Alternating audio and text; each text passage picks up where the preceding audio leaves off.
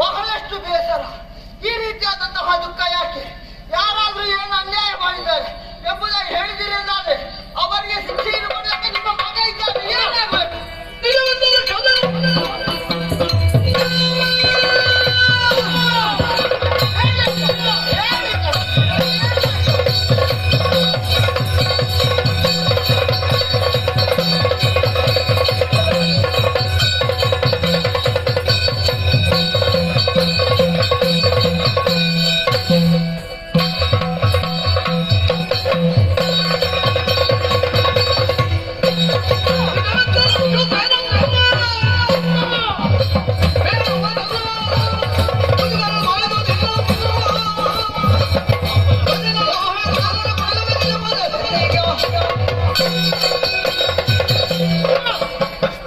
ಮತ್ತೊಮ್ಮೆ ವಂದಿಸಿಕೊಂಡಿದ್ದೆ. ಸಾಕು ಮಗನೇ, ಎಷ್ಟು ಬಂದನೆ ಹೇಳು. ನಾನು ಬಂದು ಸ್ವಲ್ಪ ದಿನ ಆದದ್ದಮ್ಮ. ತೊಂದರೆ ಇಲ್ಲ ಅಮ್ಮ.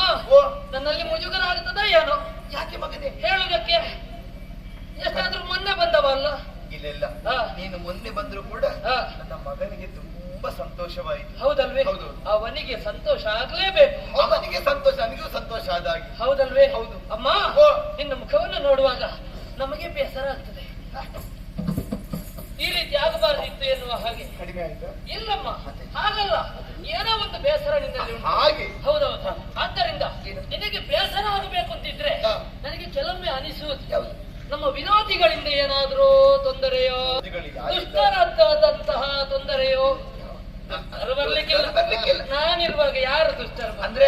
ಅಲ್ಲ, ನಾನಿಲ್ಲಿದ್ದೇನೆ. ಹೌದಲ್ವೇ? ನೀನಿರುವಾಗ ಭಯ ಯಾಕೆ? ಮತ್ತೊಂದು ಸ್ವಜನರು ಅಂತ ಹೇಳುತ್ತ ನಮಗೆ ಕಾಣುವಾಗ ಗೊತ್ತೇ ಆಗುದಿಲ್ಲ. ಹೌದೌದು. ಬಿಳಿದ ಹಾಲಂತ ನಂಬಬಾರದು. ಆದ್ದರಿಂದ ನಮ್ಮವರಿಂದ ಯಾರಿಂದಾದ್ರೂ ತೊಂದರೆ ಆಯ್ತಾ? ಅವರಿಂದ ತೊಂದರೆ ಇಲ್ಲ. ಆದ್ದರಿಂದ ನೀವು ಯೋಚನೆ ಮಾಡಬೇಕಾದಂತ ಅವಶ್ಯಕತೆ ಏನಪ್ಪ? ನಿಮ್ಮ ಬಳಿ ಬಂದು ಸೇರಿದ್ದ ಅದಕ್ಕೆ ನಿಮಗೆ ಏನಾದ್ರೂ ಒಂದು ಬಂಟು ಮಾಡಬೇಕೆನ್ನುವ ಹಾಗೆ, ಉಪಕಾರ ಮಾಡಬೇಕೆನ್ನುವ ಹಾಗೆ.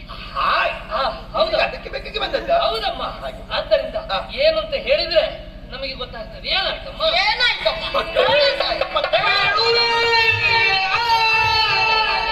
ಎಂತೋ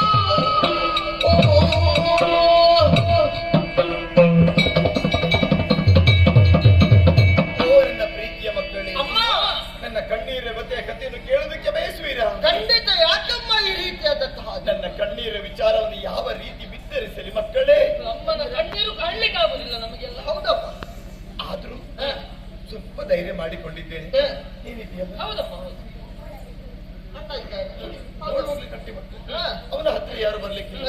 ಹೇಳಿದ್ದೆ ನಿಮಗೆ ಉಪಕಾರ ಮಾಡೋದಕ್ಕೆ ಬಂದವ ಎನ್ನುವುದಾಗಿ ಅಲ್ವಾ? ಆದುದಲ್ಲೇ ಹೇಳುತ್ತಾ ಇದ್ದೇನೆ. ಪಾಂಡವರಿಗೂ ಕೌರವರಿಗೂ ಯುದ್ಧ ನಡೆದು ಹೋಯಿತಂತೆ. ಹೌದು. ಪರಿಣಾಮ ಸೋಲಾಯಿತಂತೆ ಪಾಂಡವರಿಗೆ. ಅವರೆಲ್ಲ ಸೇರಿಕೊಂಡು ನೇರವಾಗಿ ಕಾಡಿಗೆ ಹೊರಟು ಬಿಟ್ಟರಂತೆ. ಕಾಡಿಗೆ ಹೋದ್ರ? ಯಾರಮ್ಮ? ಪಂಚ ಪಾಂಡವರು ಹೆಂಡತಿಯನ್ನು ಕೂಡಿಕೊಂಡು ಅದೇ ಮಕ್ಕಳ ಬೇಸರ ಮನಸ್ಸಿಗೆ ಹೇಗಿರಬೇಕಾದವರು ಹೇಗಾಗಿ ಹೋದ್ರಲ್ಲ. ಇನ್ನು ನಾವೇನು ಮಾಡುವುದು, ನಾವೇನು ಮಾಡುವುದು? ಬಿಡು